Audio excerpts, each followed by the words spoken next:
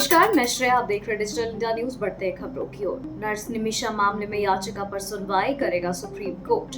Supreme court हत्या के मामले में यमन में मौत की सजा का सामना कर रही भारतीय नर्स निमिषा प्रिया से संबंधित एक याचिका पर सुनवाई के लिए सहमत हो गया है। इस याचिका में निमिषा से संबंधित मामले में व्यक्तियों, संगठनों व अन्य लोगों को असत्यापित सार्वजनिक बयान देने से रोकने के लिए निर्देश देने की अपील की गई है। जस्टिस विक्रम नाथ और जस्टिस संदीप मेहता की पीठ ने शुक्रवार को याचिकाकर्ता से कहा कि वह याचिका की एक प्रति अटॉर्नी जनरल आर वेंकटारमी के कार्यालय पर रहे।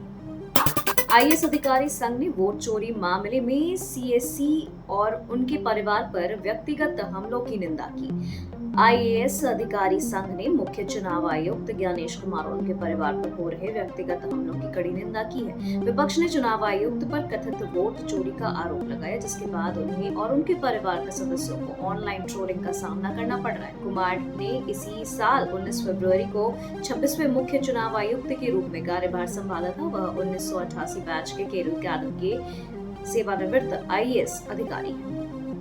तृणमूल कांग्रेस पर पीएम मोदी का करारा हमला। प्रधानमंत्री नरेंद्र मोदी बिहार के बाद बंगाल में दौरे पर है। पीएम मोदी ने सबसे पहले कोलकाता मेट्रो के 3 नए रूट का शुभारंभ किया और इसके बाद जनसभा को संबोधित किया। इस दौरान पीएम मोदी ने राज्य की टीएमसी सरकार पर जमकर निशाना साधा। जनसभा को संबोधित करते हुए पीएम मोदी ने कहा, बंगाल में विकास कार्यों के सामने एक बहुत बड़ी चुनौती है। चुनौती ये है कि बंगाल के लिए जो पैसे हम सीधे राज्य सरकार को भेजते हैं, उसमें से ज्यादातर हिस्सा लूट लिया जाता है। वो पैसा टीएमसी के पर खर्च होता है। यही वजह है कि गरीब कल्याण की कई योजनाओं में बंगाल देश से दूसरे राज्यों से वो पीछे रह गया है।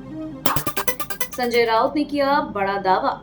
उपराष्ट्रपति पद के चुनाव को लेकर सत्ताधारी भाजपा और विपक्ष के बीच सियासी बयानबाजी जोरों पर है। एक ओर जहां गृह मंत्री अमित शाह विपक्षी उम्मीदवार पर गंभीर आरोप लगा रहे हैं, तो वहीं दूसरी ओर शिवसेना यूबीटी नेता संजय राउत विपक्षी की ओर से मोर्चा संभाले हुए हैं। इसी क्रम में शुक्रवार को संजय राउत ने दावा किया कि आंध्र प्रदेश और तेलंगाना के एनडीए सांसदों में असंतोष है और भाजपा को क्रॉस वोटिंग का डर सता रहा है।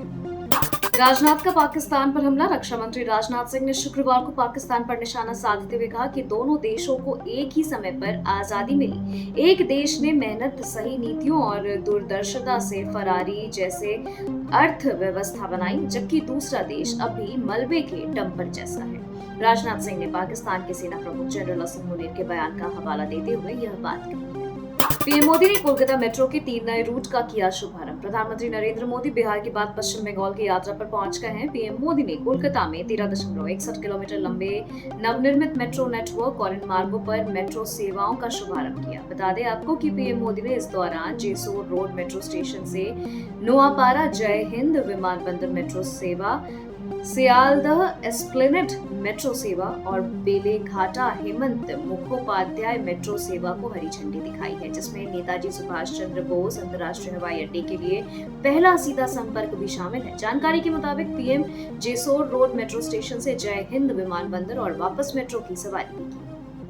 अमित शाह ने जस्टिस सुदर्शन रेड्डी पर साधा निशाना। उपराष्ट्रपति चुनाव को लेकर के सत्ता पक्ष और विपक्ष में जुबानी बयानबाजी तेज हो गई है। इस बीच केंद्रीय गृह मंत्री अमित शाह ने कांग्रेस नीत गठबंधन के उपराष्ट्रपति पद के उम्मीदवार जस्टिस बी सुदर्शन रेड्डी पर नक्सलवाद का समर्थन करने का आरोप लगाया। शाह ने कहा कि विपक्ष के उपराष्ट्रपति पद के उम्मीदवार जस्टिस रेड्डी ने नक्सलवाद की मदद की है। मतदाता सूची विवाद पर बोली कांग्रेस, लोकतंत्र बच गया।